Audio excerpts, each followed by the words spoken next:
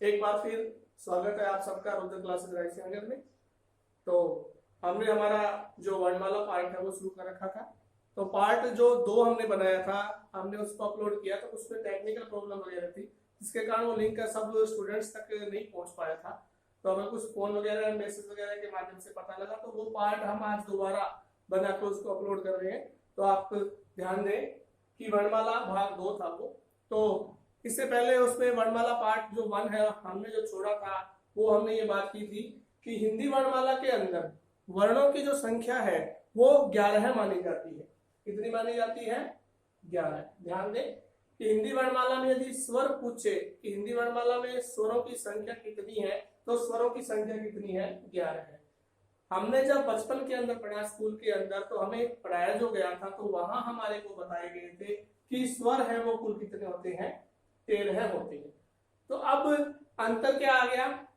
स्वरों की संख्या 11 मानी गई, होते कितने हैं? 13। अब इन 13 स्वरों के अंदर कौन से स्वर थे जो इस 11 के अंदर नहीं गिने जाते हैं? तो ध्यान दें, वो 2 स्वर थे हमारे, एक तो अंग था और एक अ है। इसे अनुस्वार कहेंगे और इसे विसर्ग कहेंगे। ये दोनों ही ध्वनियां हिंदी में स्वर और के माध्यम में नहीं गिनी जाती है। तो इन दोनों को क्या कहा जाता है? अयोग वाह कहा जाता है। क्या कहा जाता है? अयोग वाह। अयोग वाह का मतलब होता है जो जुड़कर वहन नहीं होती हैं। तो इतना ध्यान रखना कि हिंदी वर्णमाला की 2 ध्वनियां हमारी कौन सी? अंग और अ। इन्हें क्या नाम दिया गया है? अयोग वाह कहा जाता है। अब ध्यान दें कि हमने स्वर है वो तो पूर्णतः पढ़ लिए थे। आज जो हम पढ़ रहे हैं तो वो हमारा है व्यंजन। क्या पढ़ना है हमने? व्यंजन पढ़ने। अब पहली बात तो ये कि व्यंजन होते क्या है। हम किसे कहेंगे कि वो व्यंजन है? तो परिभाषा इसकी सीधी सी क्या बनती है? हमारी वो ध्वनियां या वो वर्ण जिसका हम उच्चारण करें तो हमारे मुख विवर्त से या हमारे जो वाग्यंत्र है उनमें जो हवा बाहर निकलती है, जब थोड़ी बाधा के साथ, रुकावट के साथ, रगड़ के साथ, घर्षण के साथ, या ये कहेंगे कि हवा को निकलने में जब थोड़ा अवरोध उत्पन्न हो जाए, तो वो हमारे क्या कहलाते हैं? व्यंजन कहलाते हैं। जब हवा को निकलने में किसी प्रकार की बाधा नहीं आती है तो वो स्वर कहलाते हैं। जब बाधा आती है तो वो क्या कहलाते हैं? व्यंजन कहलाते हैं। इन व्यंजनों का उच्चारण, क्या बात कर रहे हैं? इन व्यंजनों का उच्चारण स्वतंत्र रूप से नहीं होता है। ध्यान देने वाली बात महत्वपूर्ण कि इन व्यंजनों का उच्चारण स्वतंत्र रूप से नहीं होता। इनका उच्चारण करने के लिए, व्यंजनों का उच्चारण करने के लिए हमें स्वरों की सहायता लेनी पड़ती है। यदि स्वरों की सहायता नहीं लेंगे तो लगभग ये है कि हम व्यंजनों का उच्चारण कर नहीं पाएंगे। जैसे व्यंजन है आपका क। क्या है? क। इसको हम तभी बोल पाएंगे जब इसके अंदर हम ध्वनि मिला देंगे ए की। जब हम उच्चारण करेंगे तो लास्ट के अंदर ध्वनि क्या बचेगी? क, क, ए। तो ये ध्वनि क्या आ गई? स्वर की। तो व्यंजन का उच्चारण स्वतंत्र रूप से नहीं होता है। स्वर है वो स्वतंत्र रूप से उच्चरित होते हैं, बोले जाते हैं, उनके लिए किसी की सहायता की जरूरत नहीं है। आप ए को कितनी देर बोलिए, उसके अंदर कोई अन्य स्वर आकर या व्यंजन आकर नहीं जुड़ पाता है। स्वर स्वतंत्र रूप से उच्चरित होते हैं, जबकि व्यंजन का उच्चारण करने के लिए हमें स्वरों की सहायता लेनी पड़ती है। ये कह सकते हैं, स्वरों की सहायता। इन्हीं की सहायता के माध्यम से व्यंजनों का उच्चारण करते हैं। अब आगे हम देखते हैं कि हिंदी के अंदर कुल कितने व्यंजन हैं वो माने गए हैं। हिंदी वर्णमाला में व्यंजनों की संख्या कितनी है? महत्वपूर्ण है प्रश्न ये, ध्यान रखना। व्यंजन है उनकी संख्या कुल 33 है। हिंदी वर्णमाला में व्यंजनों की कुल संख्या कितनी मानी गई है? 33 मानी गई है। ध्यान रखना, कुल कितनी संख्या मानी गई है? 33। इन व्यंजनों को मुख्यतः 3 भागों में विभक्त किया गया है। कितने भागों में विभक्त किया गया है? 3 भागों के अंदर। किनको? व्यंजन को। कितने प्रकार का है तो या बांटा गया है, तो कितने प्रकार में बांटा गया है? 3 प्रकार से बांटा गया है।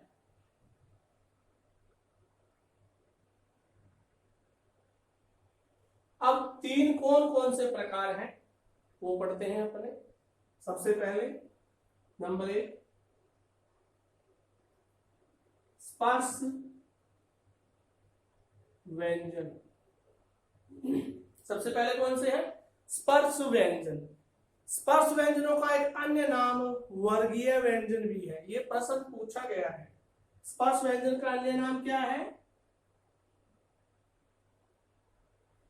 वर्गीय व्यंजन।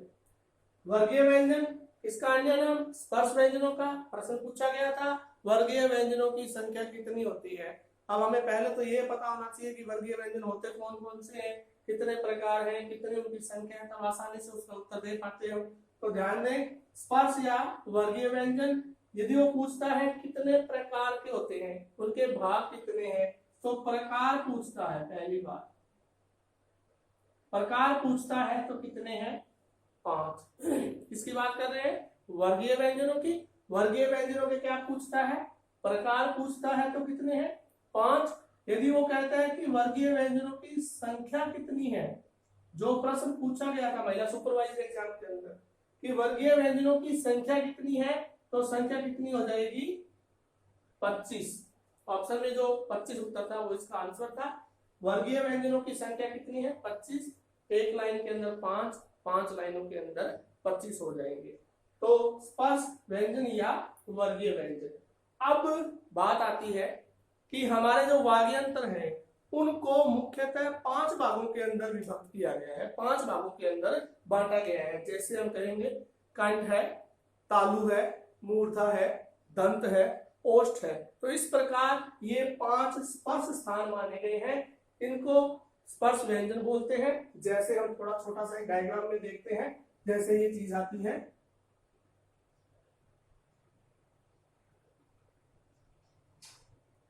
सबसे पहले हम यहां लेते हैं, यहां देखते हैं ये स्थान हमारा होठ है। क्या है? होठ। वे वर्ण जिनका उच्चारण परस्पर होठों के स्पर्श के माध्यम से एक दूसरे के साथ टच करके भिड़ने पर होता है, तो वो क्या कहलाते हैं? हमारे ओष्ठ कहलाते हैं। ध्यान देना थोड़ा कि वे वर्ण जिनका उच्चारण करेंगे तो हमारे जो ओष्ठ हैं परस्पर एक दूसरे को स्पर्श करते हैं, तो वो सभी व्यंजन किसके अंतर्गत आएंगे? ओष्ठ के अंतर्गत आएंगे। ओष्ठ व्यंजन बोलेंगे उनको।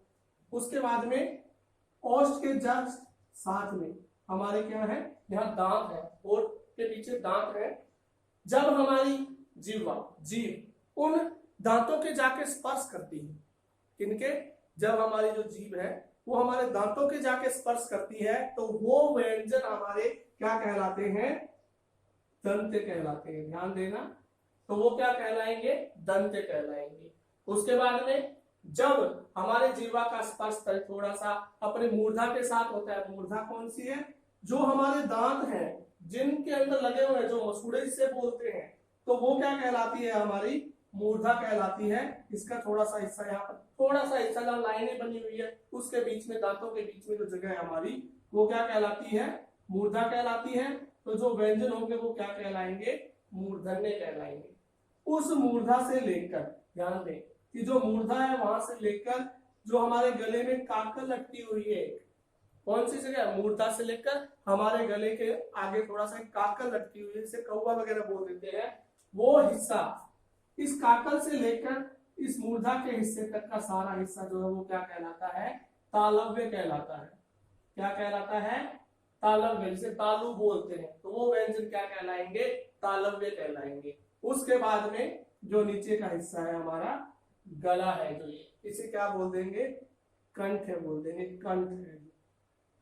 ये 5 प्रमुख उच्चारण स्थान हमारे, प्रमुख 5 वाग्यंत्र कौन कौन से? कंठ, गला, तालु, उसके आगे का हिस्सा काकल्य से थोड़ा आगे जाकर कोमल स्थान जो है मूर्धन्य जहाँ लाइनें बनी हुई उससे थोड़ा नीचे का स्थान, उसके बाद दंत दांत हमारे, उसके बाद ओष्ठ। तो ये 5 वाक्य अंतर। इसी के आधार पर हमारी सारी ये वर्णमाला है। हम ये कह सकते हैं कि बचपन में जब हमने पढ़ा तो कै के बाद हमें ख ही सिखाया गया।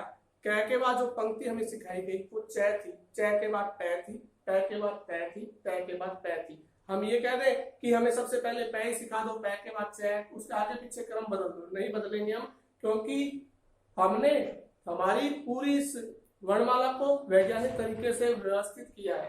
तो देखो अब यहाँ पर कंठ, तालु, मूर्धा, दंत और ओष्ठ।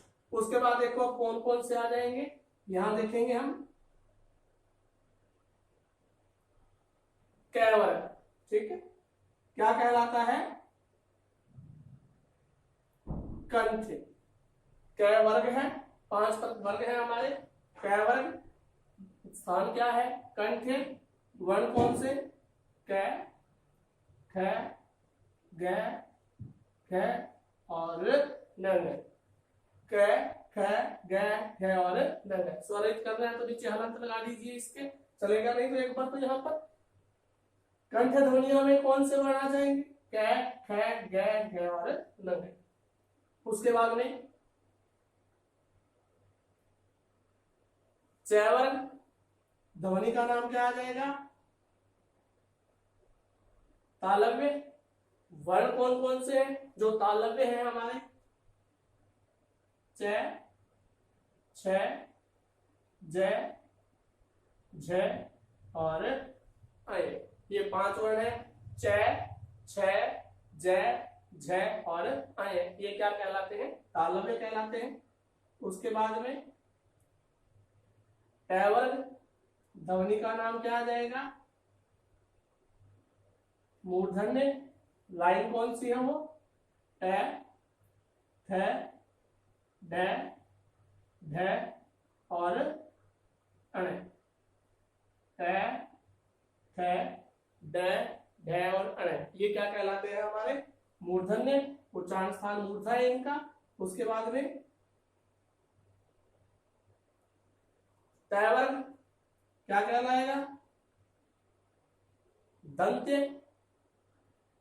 त, थ, द, ध और न।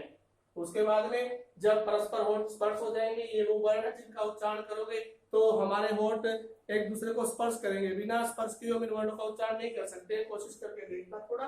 तो उसमें आता है पै वर्ग। पै वर्ग क्या कहलाता है? ओष्ठ्य। तो हमारे ओष्ठ्य वर्ण कौन कौन से हैं? पै, फ, ब, भ और न। तो अब कै वर्ग, च वर्ग, ट वर्ग, ट वर्ग और पै वर्ग। कितने स्थान है? 1, 2, 3, 4, 5। यानी स्पर्श या वर्गीय व्यंजनों कितने भागों में बांटा गया है? 5 भागों के अंदर 5 उच्चारण स्थान है हमारे। यानी कैसे लेकर, कहने का मतलब मैं तक, कैसे लेकर मैं तक सभी व्यंजन स्पर्श माने जाते हैं। प्रश्न आ जाए निम्न में से कौन सा स्पर्श है, निम्न में से कौन सा स्पर्श नहीं है। ध्यान रखना है। प्रश्न करने का तरीका भी मैं आपको बताऊंगा कि कैसे प्रश्न किया जाता है। एग्जाम में प्रश्न कौन सा पूछा गया, अभी एक प्रश्न की बात करेंगे थोड़ा सा कि कै वर्ग कंठ, च वर्ग तालव्य, ट वर्ग मूर्धन्य, त वर्ग दंत्य, पै वर्ग ओष्ठ्य। तो ये उच्चारण है। अब इसको याद करना है थोड़ा सा। एक सूत्र वगैरह चलते हैं, अमूमन सभी करवाते हैं, तो आप उनको सूत्रों को याद कर लें तो थोड़ा ज्यादा आसान रहेगा। प्रश्न को करते वक्त आपको दिमाग में थोड़ा जोर लगाना नहीं पड़ेगा। तो सूत्र अलग अलग टाइप से बताते हैं सारे, तो अपन उसको शॉर्ट रूप के अंदर पढ़ेंगे। जैसे हमने देखना है कंठ, कौन कौन से वर्ण है जिनका उच्चारण कंठ से होता है, तो उसका याद करना है सूत्र। हमको छोटा सा इतना ही रखना है बस। अकु है विसर्ग, कंठ का क्या रखना है? अकु है विसर्ग कंठ। बाकी अलग सूत्र बनता है इसका, वो थोड़ा मैं नहीं बता रहा आपको इतना। अकु है विसर्ग कंठ, यानी सारी लाइन के अंदर आ जाएंगे आपके कौन कौन से वर्ण है जिनका उच्चारण कंठ से होता है। कौन कौन से? देखो ए। अब यहां ध्यान रखना, ए और आ, इन दोनों का उच्चारण स्थान क्या है? कंठ है। उसके बाद में कै। अब ये तो कै वाली लाइन लिखी हुई है, दोबारा लिखने की जरूरत नहीं है, यहाँ पर लिखना है तो कोई दिक्कत नहीं है। कै कै शॉर्ट के अंदर कर देते हैं क्योंकि ज्यादा टाइम नहीं खराब करना है अपने को। उसके बाद में है, उसके बाद में विसर्ग। इन सब का उच्चारण स्थान कंठ है। किस किस का? ए आ, कैवर्ग, है और विसर्ग। है का उच्चारण स्थान जीव्य काकल्य भी माना जाता है, जो आधुनिक विद्वान या शोधार्थी जो बताते हैं कि है का उच्चारण स्थान क्या है, ध्यान रखें। अब आता है प्रश्न तो अली जीव्य, क्या बोलते हैं उसको? अली जीव्य या काकल्य। प्रश्न दोनों आ जाए, अलिजीव्य या कंठ है, तो आप ये अलिजीव्य या काकल्य ऑप्शन करोगे आप ध्यान से, थोड़ा दो बात को कर लेंगे। उसके बाद में चैवर्ग, इसका याद करना है हमारे को, ईचु यस तालव्य। क्या करेंगे? ईचु यस तालव्य, ई स्वर, उसके बाद च वाली लाइन सारी, उसके बाद में य और श, इनका उच्चारण स्थान क्या है? तालव्य है। उसके बाद में टैवर्ग मूर्धन्य वाला, इसका सूत्र है ऋषि रट मूर्धा। ठीक है, थोड़ा शॉर्ट कर रहा हूं मैं, थोड़ा सा हो सकता है कि आपने कहीं और अलग पढ़े हो इनको सूत्रों को, अपने उस सूत्र में नहीं जा रहे हैं। री कौन, रैरथ और पै वाली लाइन, ये सारे क्या कहलाते हैं? मूर्धन्य कहलाते हैं। उसके बाद में तैवर्ग, ऋतुरस दंते, लरी, इसको आप रखना है तो याद रख लीजिए, ये संस्कृत ध्वनि, हिंदी में इसका प्रयोग नहीं किया जाता है। तो कौन कौन से आ जाएंगे? लरी याद रखना है तो रखिए, हमारा नहीं है। तैवर्ग, ठीक है, लय, उसके बाद में से। ठीक है, इनका उच्चारण स्थान क्या है? पैवर्ग में दंत। उसके बाद में पैवर्ग, इसका क्या याद करेंगे? उपवोष्ठ्य। क्या है? उपवोष्ठ्य ओष्ठ्य, उपवोष्ठ्य ओष्ठ्य। तो कौन से आ जाएंगे? ध्यान दें, ये यहां पर, उसके बाद में पै, पै वर्ग, उसके बाद में ये वै, इन सब का उच्चारण स्थान क्या है? हमारा ओष्ठ है। तो ये सूत्र आप याद करो, बहुत आसानी रहती है एग्जाम के अंदर, बात दिमाग पर नहीं लगाना पड़ता अपने को, याद हो सूत्र विकंठ से कौन से अपूर्व विसर्ग, तालव्य से ईचु यस, मूर्धा है जो हमारी मूर्धन्य ऋषि रट, दंत से ऋतुलस और ओष्ठ से उपवोष्ठ ओष्ठ। तो अब एक प्रश्न मैं आपको बताता हूं जो अभी हाल ही एग्जाम के अंदर पूछा गया था। जैसे उसने कहा था निम्न में से कौन सा वर्ण, ध्यान दे लेना प्रश्न पे, यदि आपको आता है तो करके देख लेना एक बार रोक कर। तय, श, से, थ, ये चार वर्ण दिए थे एग्जाम के अंदर। उसमें पूछा था कि निम्न में से कौन सा वर्ण उच्चारण स्थान से भिन्न है, यानी कहने का मतलब तीन तो एक स्थान से उच्चरित होते हैं, एक वर्ण है इन चारों के अंदर जिसका उच्चारण स्थान भिन्न है। तो हम देखेंगे कि कौन सा उच्चारण स्थान है। ध्यान दें, तय और थ, ये दोनों तो एक स्थान से उच्चरित होते हैं। कौन सी है इनका? तय वर्ग दंत से। तो ये दोनों तो क्या हो गए हमारे? दंते हो गए। ठीक है, उसके बाद हमें यह देखना था इन दोनों का उच्चारण स्थान क्या है। तो ध्यान दें, सूत्र के अंदर हम देखेंगे चय वर्ग में ईचु यश तालव्य, यानी इस दुए वाले श, इसका उच्चारण स्थान क्या है? तालव्य। ठीक है, उसके बाद में ये सैसलेट रह गया। तो यहां देखिए इसके अंदर ऋतुलस सैसलेट, ये आपका तो इसे सैसलेट बोलते हैं। इसका उच्चारण स्थान भी क्या है? दंत्य है। तो एग्जाम में जो प्रश्न पूछा गया, निम्न में से कौन सा उच्चारण स्थान से भिन्न है? तो 3 त, थ और स, इनका उच्चारण स्थान तो एक था, दंत्य। तो जो हमारा ये श था, इसका उच्चारण स्थान क्या था? तालव्य में। तो आंसर क्या था इसका? श था। तो इस प्रकार इस उत्तर वगैरह याद करें तो आसानी रहेगी। तो ये हमारे है व्यंजन पढ़ रहे हैं 33 कुल संख्या, प्रकार कितने हैं? 3। अब पहला हमने कौन सा पढ़ा था? स्पर्श व्यंजन। उसके बाद नंबर 2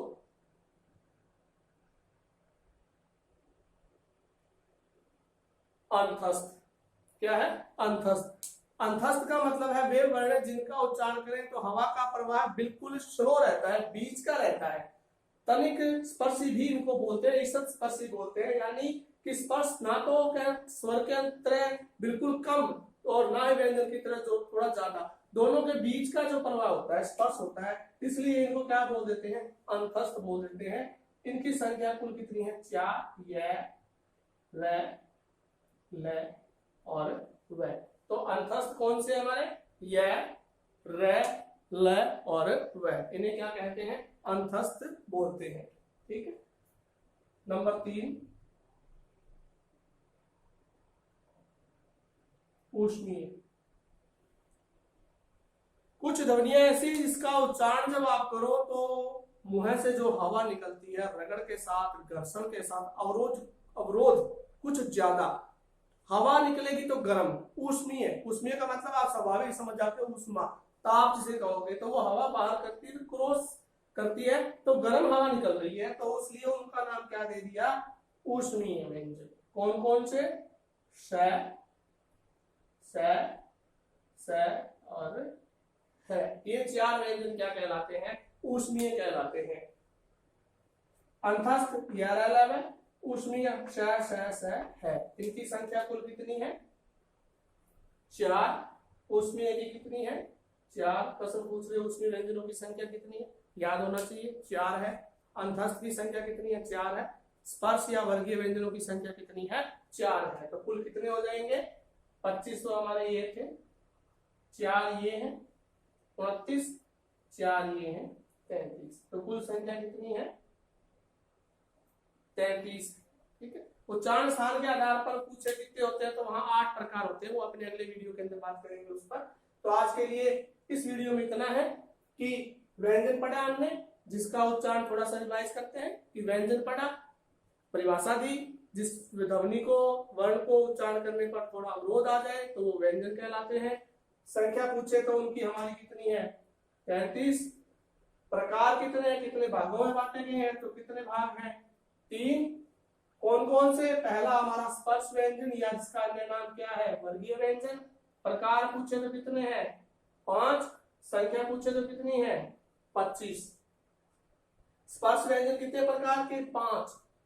क वाली लाइन, च वाली, ट वाली, त वाली और प वाली लाइन, जिसे कंठ है, तालव्य, मूर्धन्य, दंत्य, औष्ठ्य। इस डायग्राम में देखेंगे कंठ यहाँ से उच्चित होने वाली ध्वनि, उसके ऊपर काकल्य से आगे का हिस्सा तालव्य, यहाँ पर लाइनें बनी है जहां पर, और दंत से थोड़ा सा ऊपर का हिस्सा मूर्धन्य, दांत है जो दंत है, जब जीभ दांतों के स्पर्श करती है, उसके बाद हमारे ओष्ठ। तो ये आ जाएंगे।